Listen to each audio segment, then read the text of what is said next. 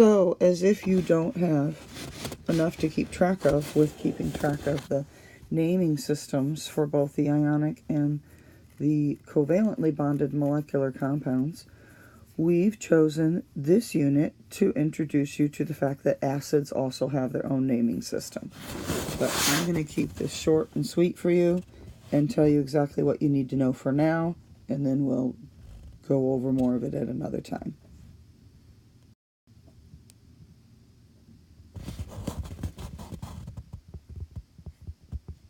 So we want you to be able to recognize some simple common acids.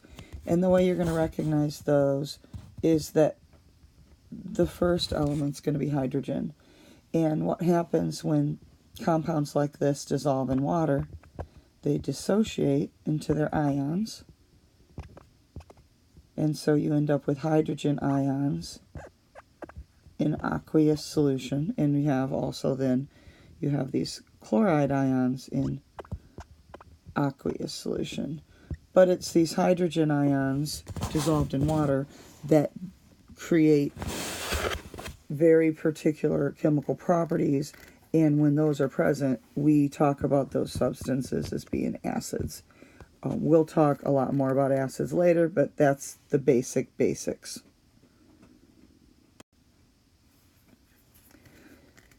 So there's three main acids that you should be familiar with because we use them in the lab, and that's your hydrochloric acid, your nitric acid, and then your sulfuric acid. If you just knew these, you would know what we want you to know right now. But there is a naming system for them, and we'll talk about that and give that to you now. So this chart is the chart that I'm going to use for you to understanding the naming system of acids. And what you're going to do is you're going to look at your acid name, and you're going to name it as though you have recognized it as an ionic compound. You would look at the first ion, it's hydrogen. The second ion is chloride. We'd call it hydrogen chloride. And since it has that name, we would look on the chart for the ending. I just said hydrogen chloride. If the normal ionic compound name ends in IDE, then we would put a prefix of hydro, and then we'd change the ending to ic, and so we call that hydrochloric acid.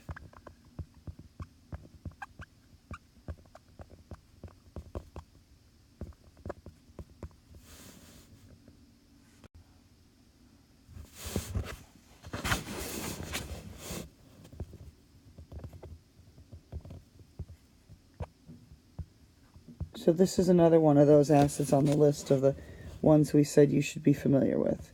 So if I look at it and I name it the way I always would, I would say, well, that is hydrogen, and this is on my polyatomic list, it's sulfate. So I would say, well, I want to call this hydrogen sulfate. But I recognize, because the hydrogen is first, that it's an acid. So I'm going to look at my chart. If it ends in ATE, then I'm going to not have a prefix. I'm going to change the ending to ic. This is sulfuric acid.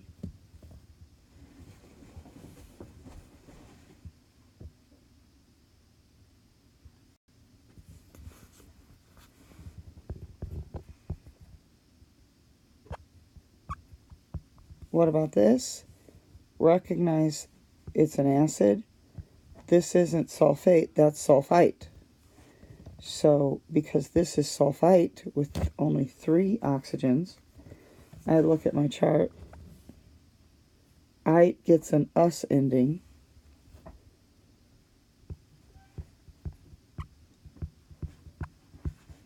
This is sulfurous acid, not something we use in the lab.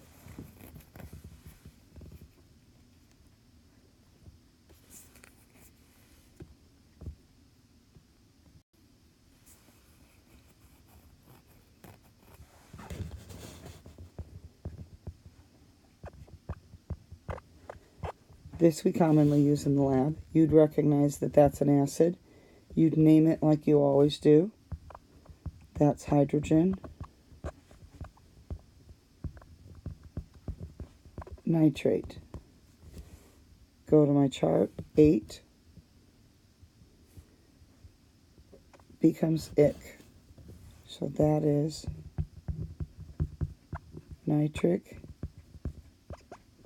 acid. If instead of nitrate that was nitrite,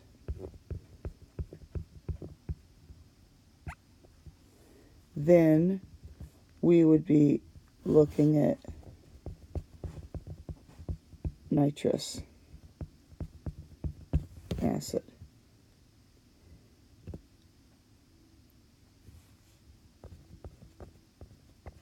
Acids that don't involve a polyatomic, we would look at that and we would want to call that hydrogen fluoride.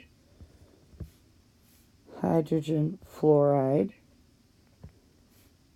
And that's when we have a prefix, hydro.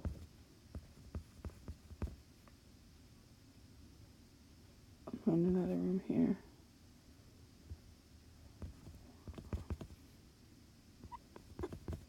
Sorry about that. Hydrofluoric acid.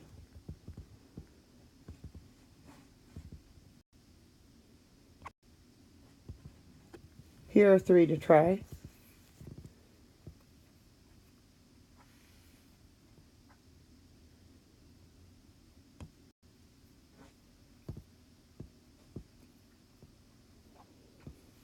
Again, you use the hydro prefix when you don't have a polyatomic. And the best way to practice this is to get a great big list of acids. Cover the names. I found one for you. You can pause this at any time.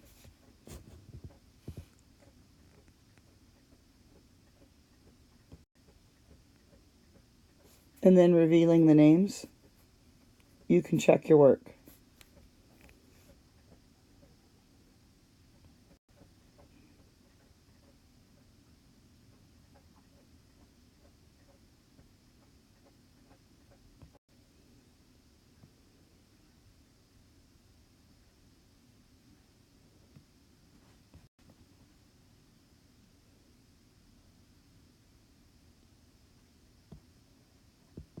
You'll find this chart in the PowerPoint that's attached to your website as well.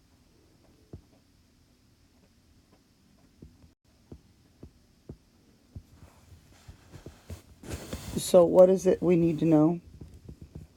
We've been talking about naming ionic compounds, naming covalently bonded molecular compounds with the Greek prefixes. It is your responsibility to be able to count from 1 to 10 in the language of chemistry.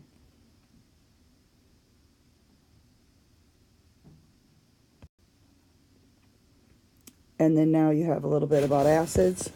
Primarily, if you know the 3 that we use more frequently in lab, you're pretty well set. Short and sweet.